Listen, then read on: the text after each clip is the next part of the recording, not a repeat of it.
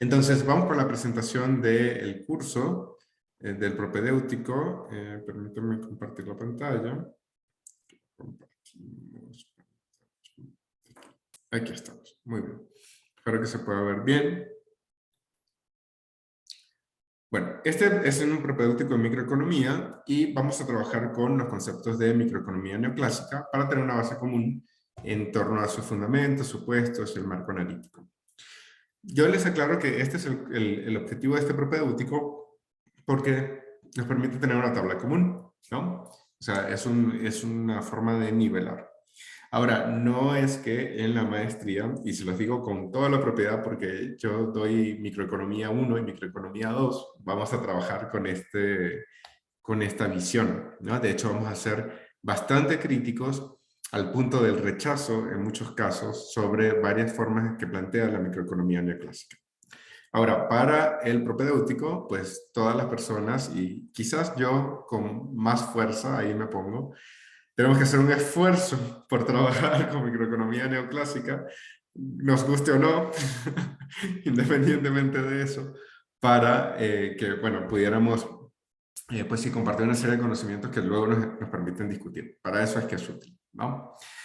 Entonces, pues, en términos de los objetivos específicos, pues vamos a conocer supuestos básicos sobre el agente económico y los bienes, estructura de análisis de producción, costos y procesos de decisión desde la visión neoclásica y los fundamentos de mercado y competencia, ¿no? Evidentemente, todo esto que está acá se ve durante toda la carrera de economía, ¿eh? Y no es una cosa que vamos a poder construir o sea, así como que perfectamente en un curso de un mes. No, eso la verdad es que esto nos sirve como para tener una primera suerte de repaso, de visión general de todos los contenidos que están disponibles, pero así como entrar a toda la profundidad que esto implica, pues no vamos a poder porque el tiempo no nos da. Pero lo que sí nos da, de nuevo, es esta oportunidad de tener una idea general de en qué me estoy moviendo, qué significa esto, cómo funciona el concepto. Y por tanto, como sabemos que aquí hay gente que viene de muchas disciplinas que son distintas y necesarias para el estudio de la innovación, la idea es que nosotros pudiéramos trabajar todos estos conceptos desde entender su naturaleza, ¿no? La microeconomía neoclásica es algo que, bueno, es una visión que está muy basada en desarrollos matemáticos. Entonces, una herramienta que vamos a tener para entender mejor estos conceptos son las matemáticas, ¿no?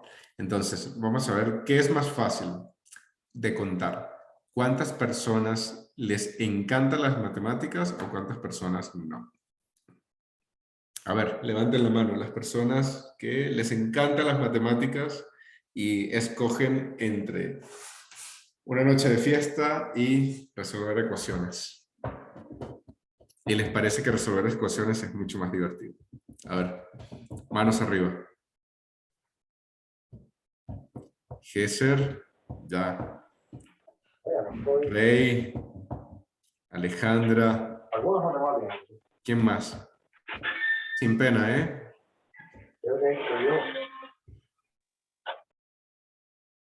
Está bien, está bien. Alejandra ya bajó la mano porque dijo no, mejor no. Ah, ya lo voy a subir. Muy bien, Alejandra. No, Muy sí me gustan las bien. matemáticas. De hecho, a veces me pregunto, y bueno, ¿y qué pasó con la licenciatura? Porque me fui por psicología, sí me gustan las mates y me parece un mundo padrísimo, los números y todo este tema.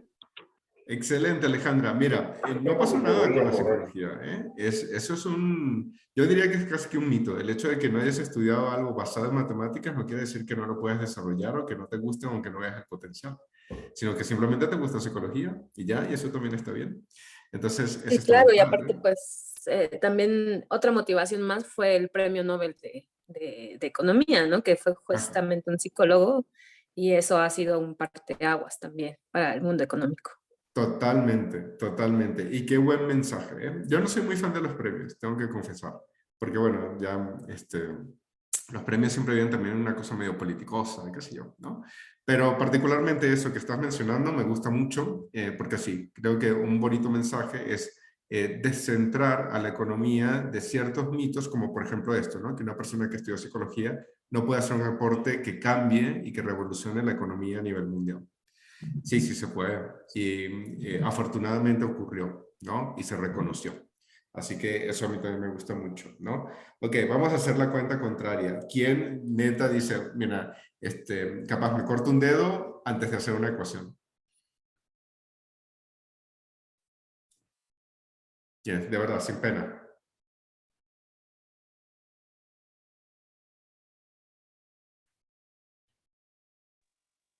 Ay, no, sin Profesor, pena. Ok, yo tengo otro, otra opción, David. no me gustan, pero se me facilitan. Ah, no O me sea, gustan, pero se me sí, facilitan. Está bien. ujú. Ok. Gente que no le gusta las matemáticas, pero se le facilita. Lilia, David, evidente. Leonardo, Darío, Daniel,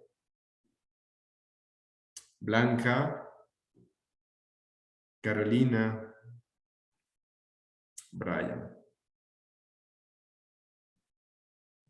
Profe, ¿puedo dar las razones por las cuales se me Por facilita, pero favor. no me gusta? Bueno, es que muchas veces los modelos matemáticos tienen sus límites. Lo digo porque donde estuve trabajando hacíamos modelos de crecimiento celular en reactores y la verdad es que muchas veces no se compaginan con lo que realmente pasa, ¿no? Hay ciertas variaciones y esto porque pues hay muchos otros factores que quedan fuera de las matemáticas que están en juego en los procesos, ¿no? Como puede ser cuestiones físicas de el mismo equipo, otras cosas que luego muchos modelos no consideran, ¿no? Entonces las matemáticas pues son útiles hasta cierto límite y por esa razón no me gustan, pero se me facilitan.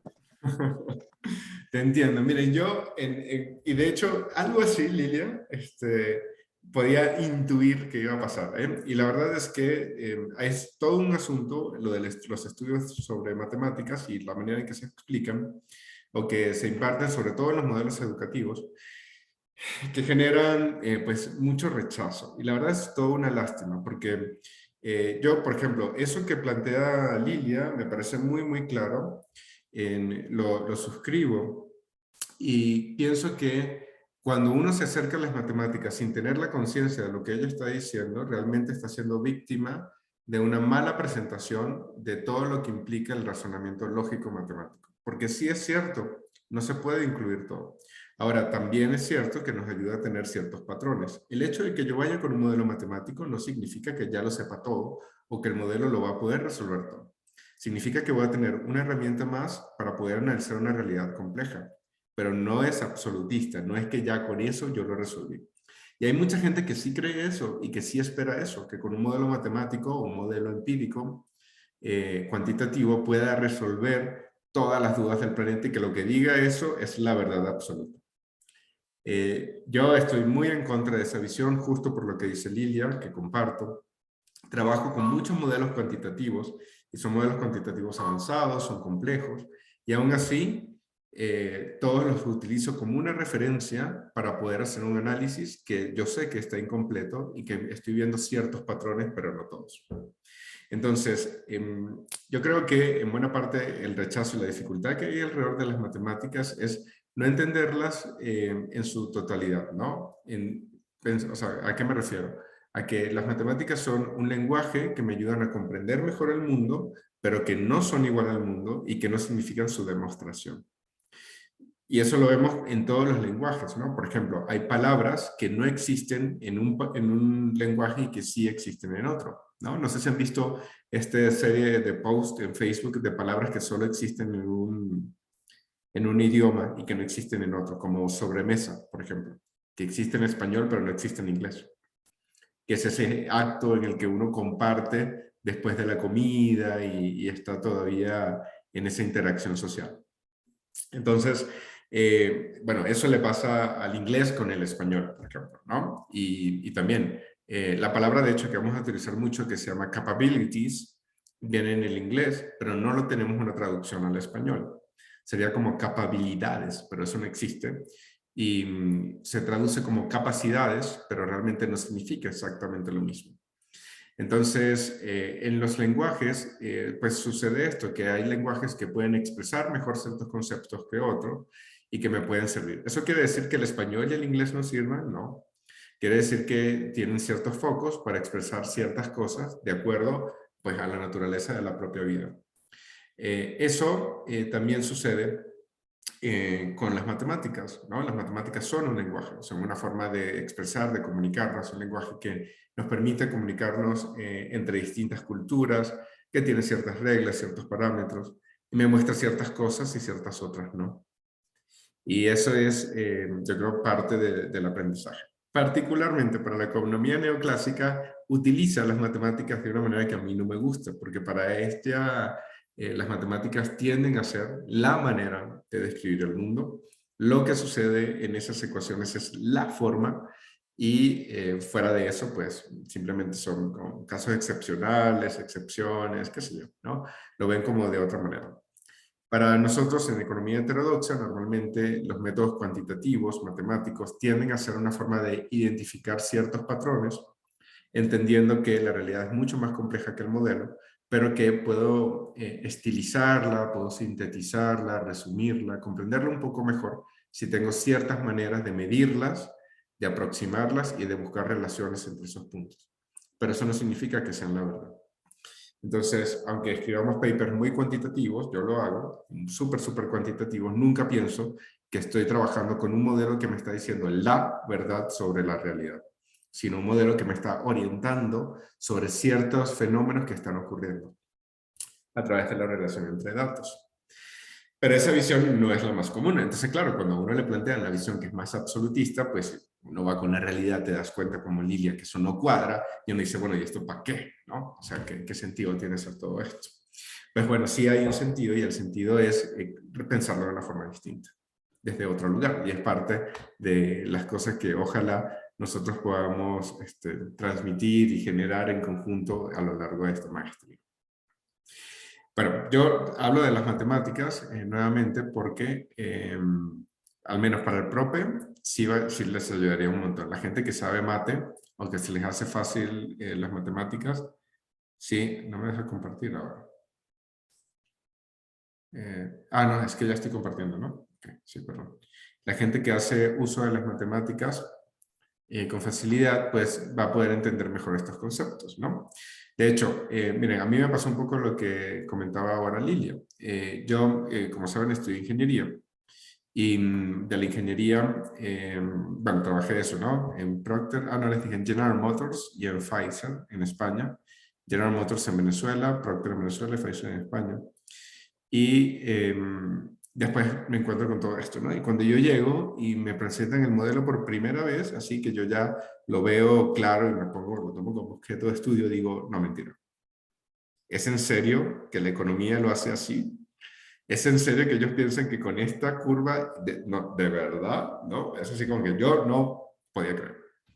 Entonces, claro, se me hizo muy fácil entender cómo funciona el modelo, porque ya saben que en ingeniería, pues, tenemos mucha formación de matemáticas. Y a mí siempre me gustó desde chiquito, pero de ahí a que yo me crea que ese modelo así estructurado funciona, con la experiencia que había tenido en las otras empresas y así, es como que me costó mucho, y tanto que no me lo creí nunca, esa es la verdad. Y aún así, hay que dar clases de eso, ¿eh? Miren qué duro, ¿eh? Qué dura es la vida. Pero bueno, entiendo por qué. Entiendo por qué. Igual, aunque es duro, no es que me encante este contenido, yo lo diseñé porque entiendo que es necesario, ¿no? Entonces, bueno, a veces hay que sufrir un poco. Y yo sé que si lo hacemos entre nosotros y de una forma más alegre, el sufrimiento capaz disminuye.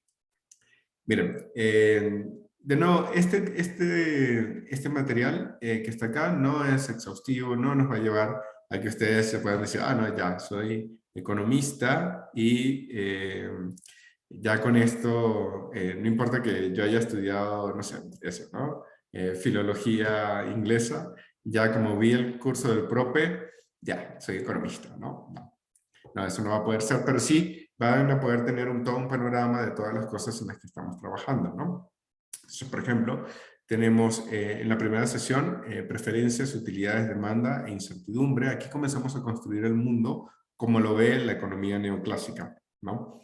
Desde quiénes son las personas que participan ahí, el agente económico, cómo configuran los bienes, las relaciones, en fin, ¿no? Dentro de la demanda.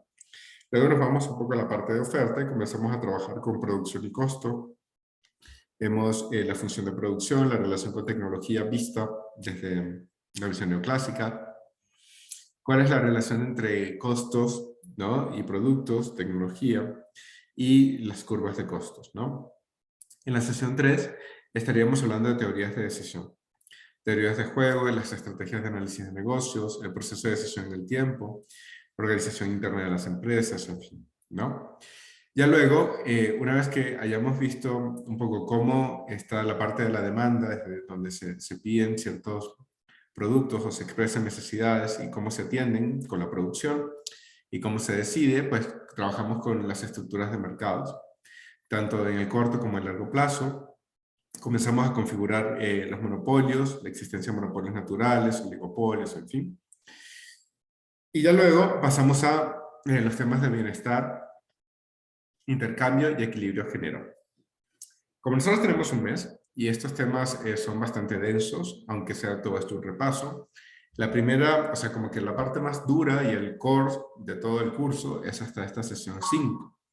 Si nos da tiempo y nos sentimos así como bien emocionados de hacer todo esto, pues podemos proseguir a las otras 2 sesiones, donde hablamos de las fallas de mercado y la parte de insumos y trabajadores, ¿no? Porque aquí también comenzamos a trabajar con bienes públicos, hablamos un poco de los conflictos de clase, en fin, ¿no? El retorno del capital, los retornos del trabajo, de la tierra, que son como los principales factores y todo esto.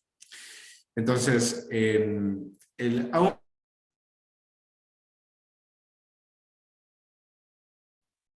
hola gente, qué paciencia.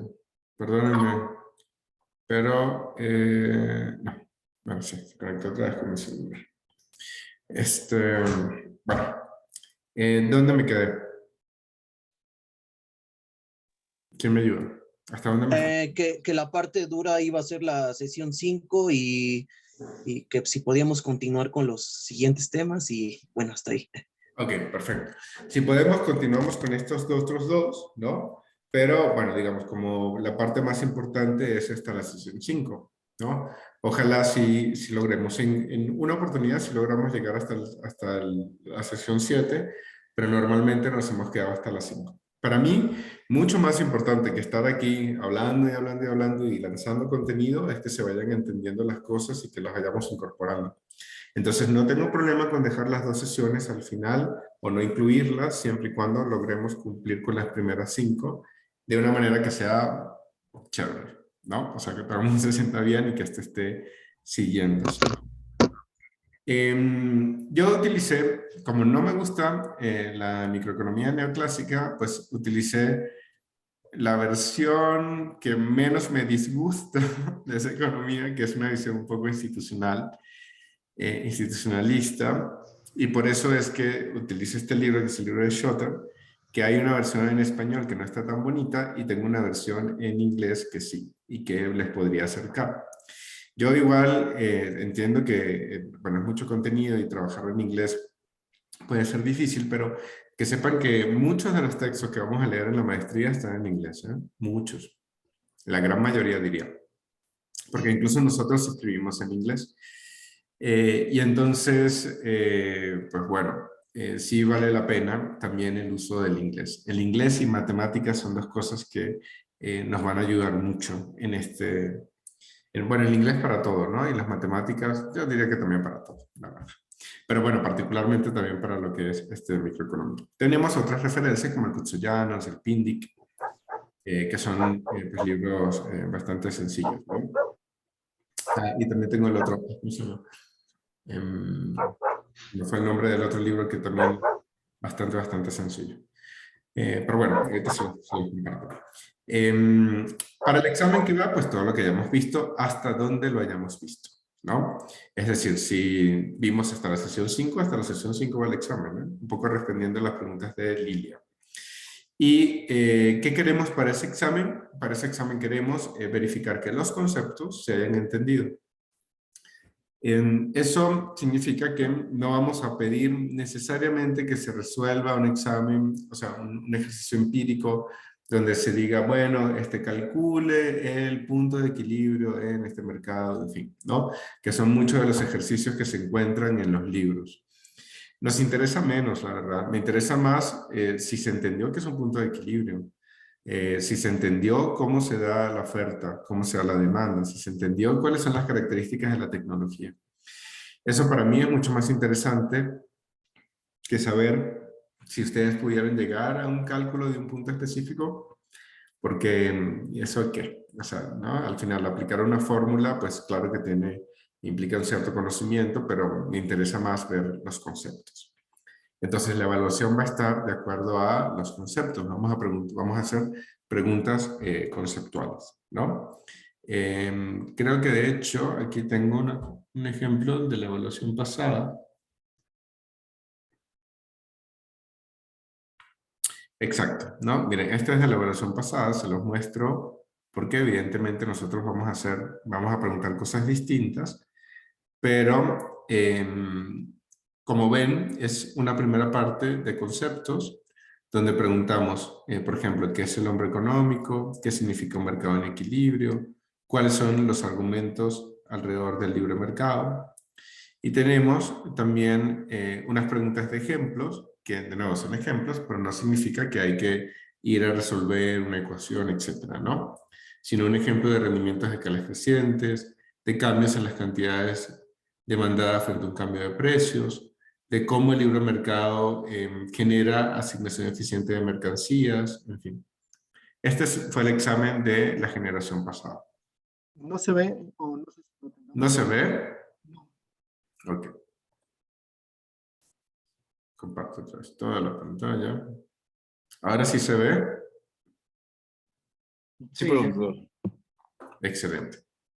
Entonces, bueno, preguntas de conceptos. Normalmente yo pongo 3 preguntas y ustedes pueden escoger 2 de ellas. Y en ambos casos, ¿no? Las preguntas de conceptos, ¿qué es esto? ¿Qué es el homo economicus? ¿Qué significa un mercado en equilibrio? ¿Cuáles son los argumentos? Ejemplos de rendimientos de escalas crecientes, de cambios y de asignación de mercancías en el libre mercado. ¿Cómo funciona, no? Pero esto puede ser escrito, porque no me interesa ahorita la formalización matemática. Ayuda, pero no va a ser la base. La base es que nosotros podamos entender estos conceptos y responder preguntas de este estilo. Y se sirve porque vemos la comprensión de los conceptos, la capacidad de redacción, de articulación de distintas ideas, de hilación en los textos, en fin. Entonces, así es el examen, ¿no? Hablando de examen, pues, cosa importantísima, el asunto del plagio, ¿no? Que también tenemos que retomar. Miren, ahorita estamos en la era digital y todo es fácil, tan fácil de copiar, quise decir. Pero la verdad es que así como es fácil de copiar, así es de fácil darse cuenta. El plagio es un delito, pero delito que se puede penar incluso con cárcel, ¿no? Porque es una violación de derechos de propiedad intelectual. Y eso pues tiene sanciones que son legales. Particularmente dentro de la universidad son súper fuertes, ¿eh? Cualquier persona que sea descubierta en alguna actividad similar, cercana o parcial de plagio, es expulsada directamente del sistema universitario, bueno, con toda certeza en la UAM, pero en general es lo que funciona en todos lados. Es muy fácil darse cuenta del plagio, porque es que miren, como ustedes están viendo, ¿se dieron cuenta del examen? El examen es de conceptos y de expresar ideas. Muy difícilmente 2 personas van a poder expresar ideas de manera exactamente igual o incluso muy similar. Porque las personas, una cosa hermosa que hay en la gente es esta capacidad de creatividad, de raciocinio, de énfasis en distintas cosas. Y eso nos configura en un mar enorme de heterogeneidad. Cuando uno se encuentra 2 cosas que están escritas de forma muy similares, miren, es que eso es tan fácil, tan obvio. Y uno que va a leer todos los exámenes, pues, ¿no?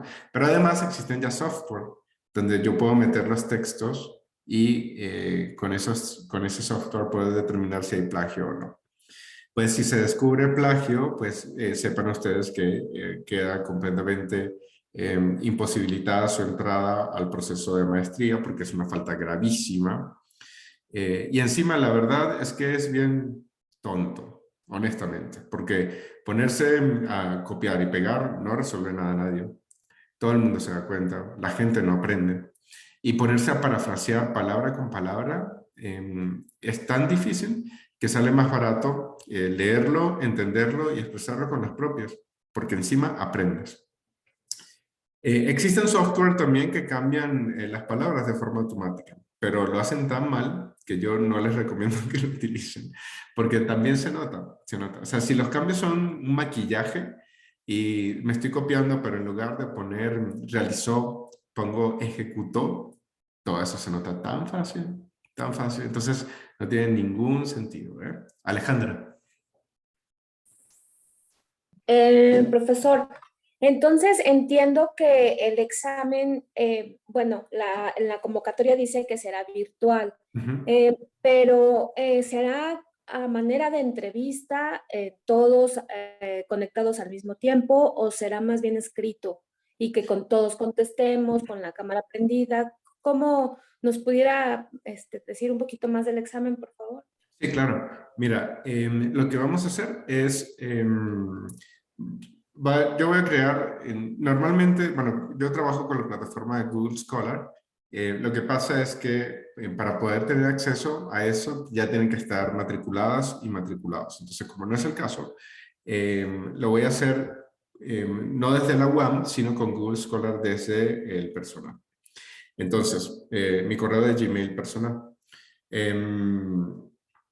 Yo les subo a la plataforma el examen, ustedes se lo subo a una cierta hora, se libera, ustedes tienen hora y media para responderlo y pues bueno, nada, se queda cargado ahí. Como mecanismo de prevención, porque bueno, yo sé que las cosas pasan y no siempre como uno quiere, se los mando también por correo electrónico para que quien no logre hacerlo en la plataforma, pues lo pueda enviar por correo. Y es escrito y con eso se hace la evaluación, ¿no? Lo preferimos así porque, bueno, porque nos sirve también para tener un respaldo de todo el proceso, que sea más transparente y que todo el mundo lo pueda ver. Yo no pido que el examen se haga con la cámara encendida, etcétera, porque la verdad es que por dos cosas. La primera es que, aunque me gusta mucho Foucault, que Foucault es un filósofo francés de este siglo, no me gusta eso de vigilar y castigar. Yo considero que la verdad eso no es una buena forma de establecer un proceso relacional como es la formación en la educación. Pero además, porque incluso si me gustara y lo quisiera, yo sé que es inviable. O sea, yo, aunque no vea las caras de las personas, o aunque la vea, pues en la pantalla puedes tener abierta cualquier cosa, ¿no? Entonces, no creo que tenga demasiado sentido. Prefiero confiar en las personas y en la forma en la que las personas se desarrollan. La verdad, hagan los exámenes ustedes mismas, ustedes mismos, porque si bien el examen capaz se lo puede resolver alguien, la maestría no, ¿eh? Y la maestría sí va a ser bien, bien demandante. Es muy bonita, se aprende un montón. Estamos siempre ahí, es un montón de gente que les apoya, pero es bien demandante, bien demandante. No tiene ningún sentido que ustedes entren a la maestría por un medio distinto al propio. Y con sus propias capacidades y con sus propios intereses y con ustedes mismos. Entonces, bueno, también lo dejo un poco a la decisión de cada quien cómo lo va a tomar, porque evidentemente no se va a perseguir a nadie, pero sí vamos a hacer análisis de los textos, sí tenemos algunas formas de comprobar, sí hay algunos candados en el proceso. Ok, gracias. Pero esa es la idea. ¿Sí? ¿Más preguntas alrededor de la evaluación?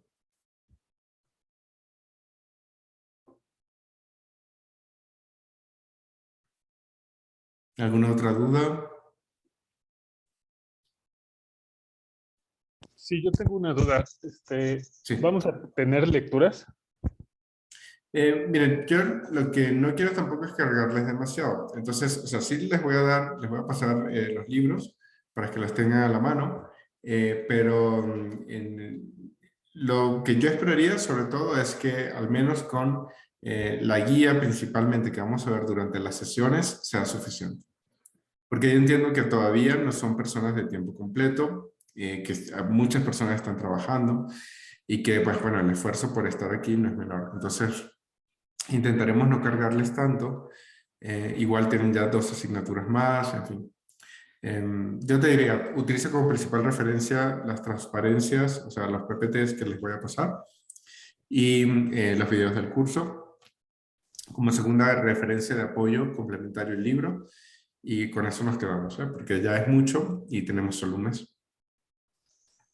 Ok, sí, digo, yo lo decía para imprimir y se me facilita más estar leyendo en cualquier momento de estar todo el tiempo en la computadora.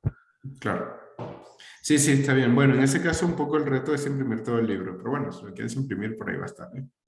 Sí, o imprimo la presentación si no la O la presentación, exacto. Y ahí puedes ir tomando notas. Gracias. Con gusto. ¿Alguna duda más? ¿Alguna pregunta más alrededor del curso?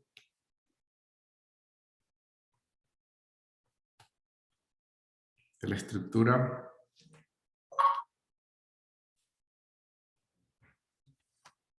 Bueno, muy bien. Entonces, yo quería compartir con ustedes, pues, para que terminemos de hacer esta presentación. Sigo compartiendo la pantalla. Ok, aquí está, ¿no? Pues bueno, esto un poco ya lo hicimos. Esto ya lo hicimos también. Y ahora algunas definiciones básicas, ¿no? No, quiero usar ahora.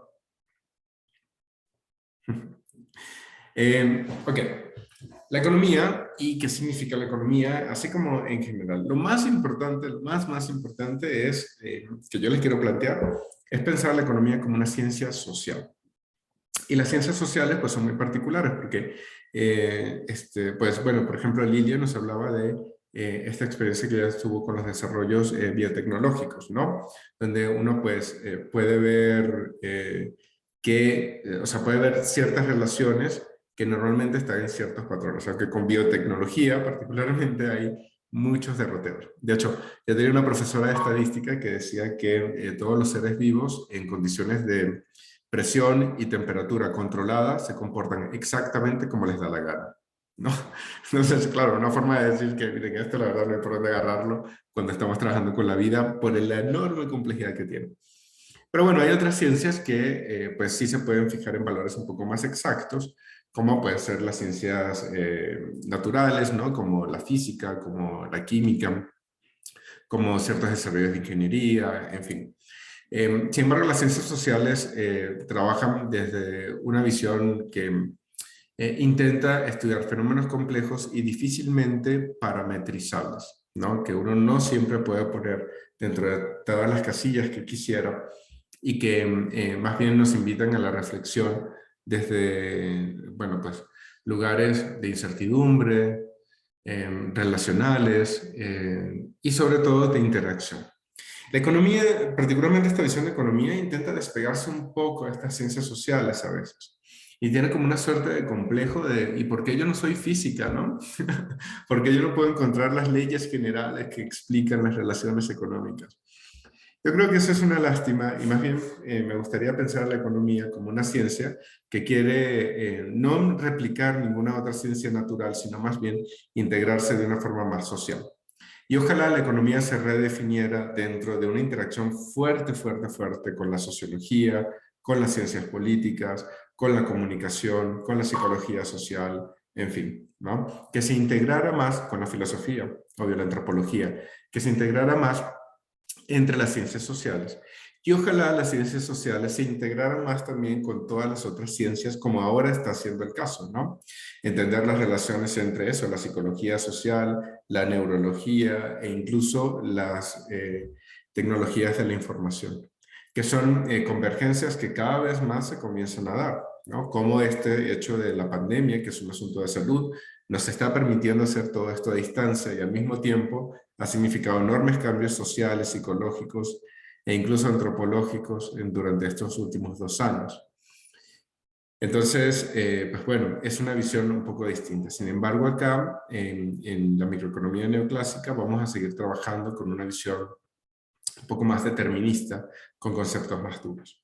En general, ¿por dónde vienen los tiros? ¿No? Pues la economía relaciona recursos y fines y relaciones entre agentes. Eso, pues de nuevo, lo hace desde una visión que ojalá sea siempre más social y considere toda la complejidad que hay en los distintos sistemas y sus interacciones. Hay como dos formas de verlo, ¿no? Desde lo micro y lo macro. Lo micro, hablando de lo pequeño y el poder de lo pequeño, ¿no? Tengo una conocida que justo así se llamaba su tesis doctoral, ¿no? El poder de lo pequeño. Ella analizaba relaciones de poder en la nanotecnología. Y sí, efectivamente, de ella me inspiré para decir esto, ¿no? Que lo pequeño es poderoso, en tanto las decisiones se toman ahí tal cual, ¿no? En la interacción entre neuronas, así como el documental que les estaba proponiendo. Y también entre individuos, ¿no? Entre las cosas más singulares que tenemos en la sociedad y que al final terminan agregándose para tener estas cosas macros que pueden ser avasallantes, en las que pues nos encontramos en esta integración total que plantean los sistemas, ¿no?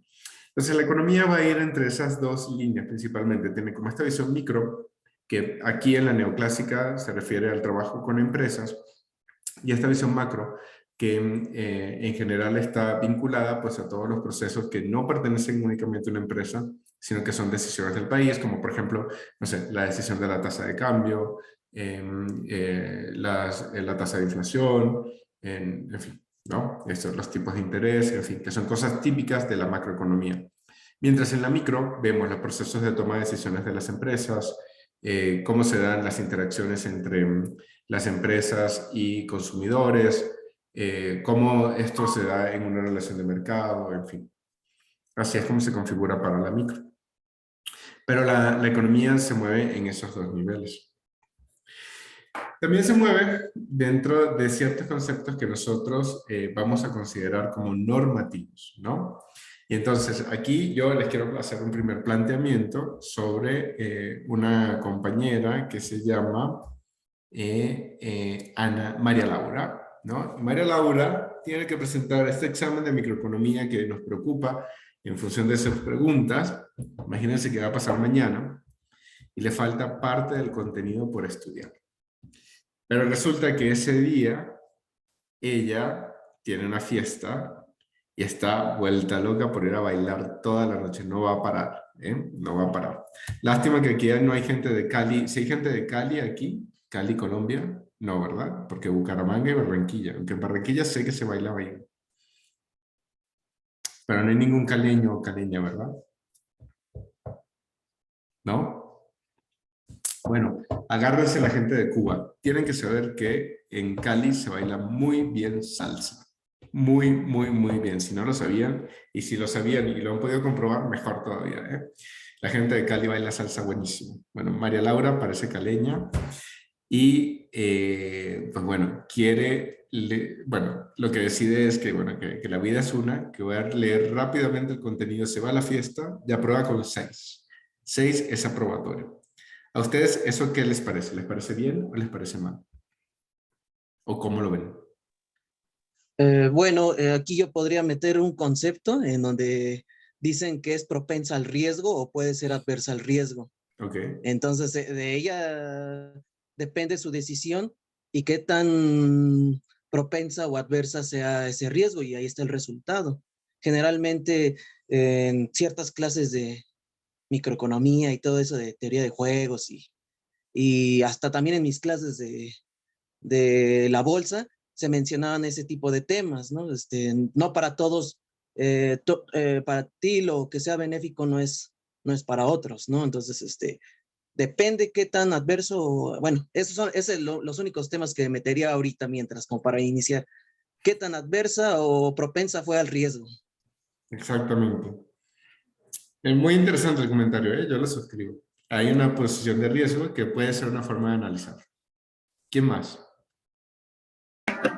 yo podría decir que es como el nivel de bienestar alcanzado, ¿no? Si para ella tiene mayor valoración el hecho de salir a bailar y disfrutar, y seguramente los niveles de estrés se van a liberar, va a estar más relajada, va a estar más tranquila después, entonces también se puede hablar también del nivel de bienestar alcanzado. Exacto, entonces es un poco la maximización del bienestar, ¿no? Que también es un concepto muy económico. ¿Qué otras visiones tenemos? Una más.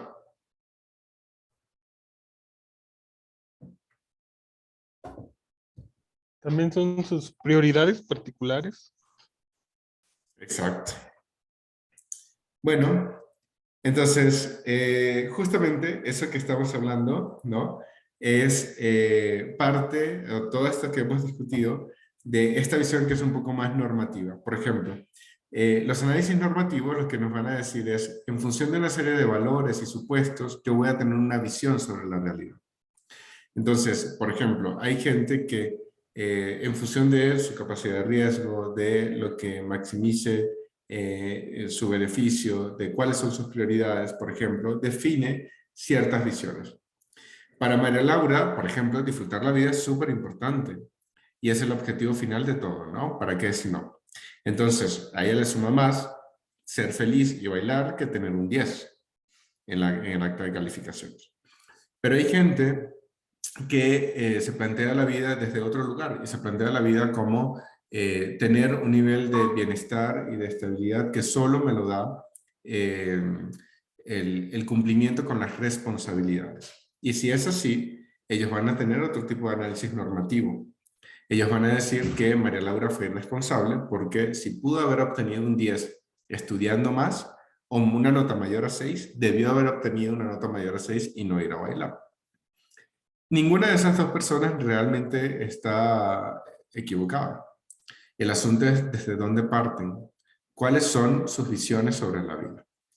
Y eso es normativo. Es normativo en tanto está basado en una serie de conjuntos de valores, de creencias, de preceptos que nos configuran la realidad.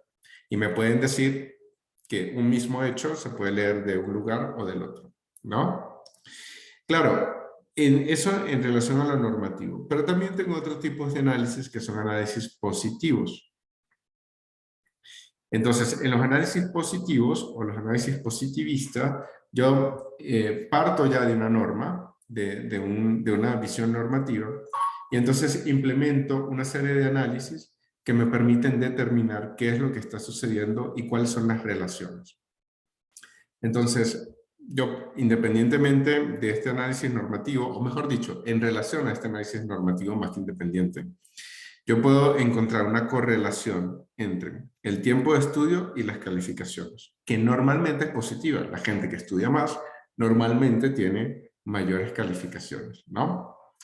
Pero también puedo encontrar una correlación con la felicidad en el corto plazo, porque bueno, si yo para estudiar tengo que sacrificar, tengo un coste de oportunidad, que es algo que vamos a trabajar también, para, en términos de la felicidad que me da bailar, pues entonces también estoy teniendo como una suerte de pérdida, ¿no?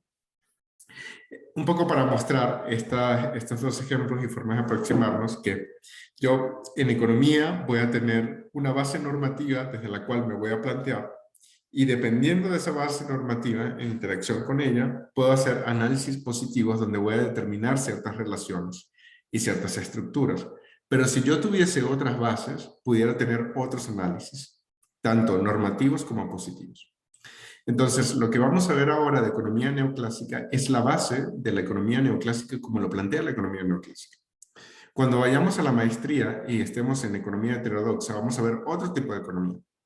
Y entonces vamos a replantear desde otras bases y por tanto los análisis van a ser distintos. Incluso pueden llegar a ser contradictorios. Y bueno, es parte de incorporarse en una maestría y es parte de todo el proceso de aprendizaje. ¿Está más o menos clara esta diferencia entre lo normativo y lo positivo? ¿Y cuáles son las influencias o los impactos que esto tiene en la manera en que analizamos el mundo? Sí. Perfecto. Ok, en general, ¿qué es un modelo económico? Un modelo económico es una representación abstracta, bueno, que el materialismo dialéctico diría que es concreta, ¿no?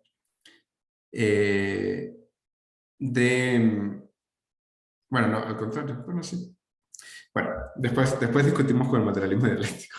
Las representaciones abstractas y simplificadas de la sociedad que se utilizan para estudiar fenómenos sociales de interés, ¿no? Normalmente tienen un cierto énfasis en métodos cuantitativos o cuantificables, aunque afortunadamente en la economía heterodoxa, como la que vemos en la maestría, pues hay muchísima más flexibilidad metodológica y entonces podemos trabajar también con modelos cualitativos y promovemos incluso mixtos, ¿no? Modelos cuantitativos y cualitativos en conjunto. Pero normalmente en economía, pues sí, vemos con modelos cuantitativos y, como la principal herramienta y una serie de representaciones. Lo que vamos a ver en el curso también es cómo la economía neoclásica representa estas relaciones entre agentes y entre los bienes, partiendo desde una base normativa, ¿no? Efectivamente, no todo se puede modelar, hay fenómenos que no son cuantificables y hay una estrecha relación entre todo lo que es normativo y todo lo que es positivo. Y eso pues también hay que considerar. La visión que vamos a ver, incluso siendo economía neoclásica, es una visión institucionalista. Las instituciones las podemos definir de distintas maneras. Una de las principales exponentes también es un premio Nobel que se llama Douglas North, y él las plantea como las reglas de juego que se dan pues bueno, entre individuos para poder disminuir la incertidumbre y con eso disminuir costos de transacción, que permiten que los intercambios se den de una manera más fluida. Y ese es en general el planteamiento. Pero bueno, también podríamos pensar que si son reglas de juego, esto no está peleado. Las instituciones son convenciones para resolver problemas que son recurrentes y que significan formas de organización, ¿no? Aunque ese concepto es menos abrazado por la economía neoclásica. Pero está también presente en la definición amplia de instituciones, que es un tema súper bonito y bastante complejo. Nos ayudan a entender por qué las cosas funcionan de esta manera, ¿no? Por qué la vida funciona como va y cuáles son nuestras posibilidades también de cambio institucional y de reconfiguración. Siempre está este conflicto entre, bueno, la institución ya estaba ahí o la institución la hicimos nosotros. Y la verdad es que, pues, ni lo uno ni lo otro, en general, lo que sucede es una coevolución. A medida que los grupos comienzan su proceso de formación, pues se van generando reglas, y esas mismas reglas determinan el propio proceso de formación de los grupos, que determinan otras reglas o que cambian las anteriores, y por tanto se crean otros grupos y así. Entonces hay una interacción continua entre las instituciones y el desarrollo humano, el desarrollo entre las personas, que se va dando en el tiempo y que genera un proceso de interacción mutua. Hay un montón de preguntas, ¿no?, alrededor de la economía. Nosotros aquí nos vamos a plantear un poco rebeldes, no tanto como quisiéramos. Para mayor rebeldía vayan a la maestría, a ella sí le vamos a entrar duro. Pero bueno, nos vamos a hacer algunas preguntas al menos iniciales, como por ejemplo, ¿cómo los individuos generan un conjunto de instituciones para organizar sus vidas en búsqueda de la maximización de su propio interés? ¿Cómo un planificador puede crear un conjunto de instituciones que colaboren con el bienestar individual? ¿Cómo se distribuyen los escasos recursos en el mercado para lograr los fines buscados? Y particularmente esto desde consumidores, trabajadores y empresas, ¿no?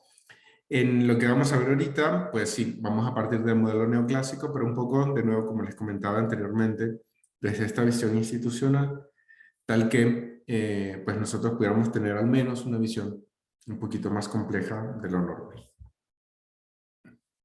¿Hasta aquí alguna pregunta, alguna duda?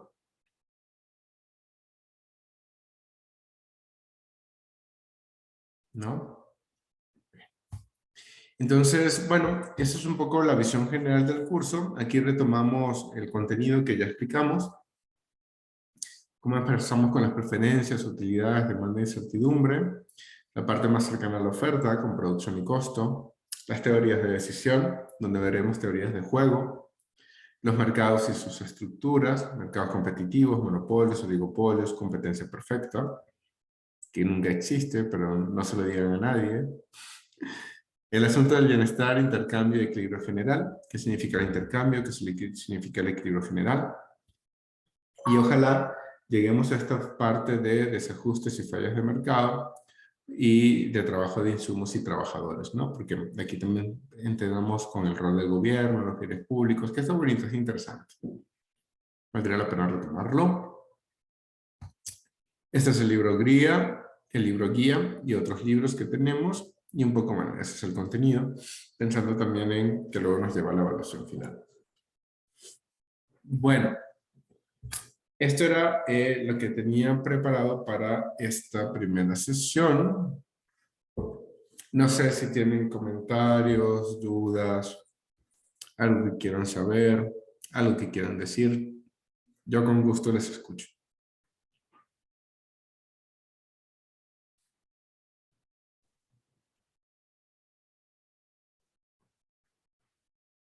¿Alguna duda hasta ahora? ¿No? Ok. Bueno, ahora voy a dejar de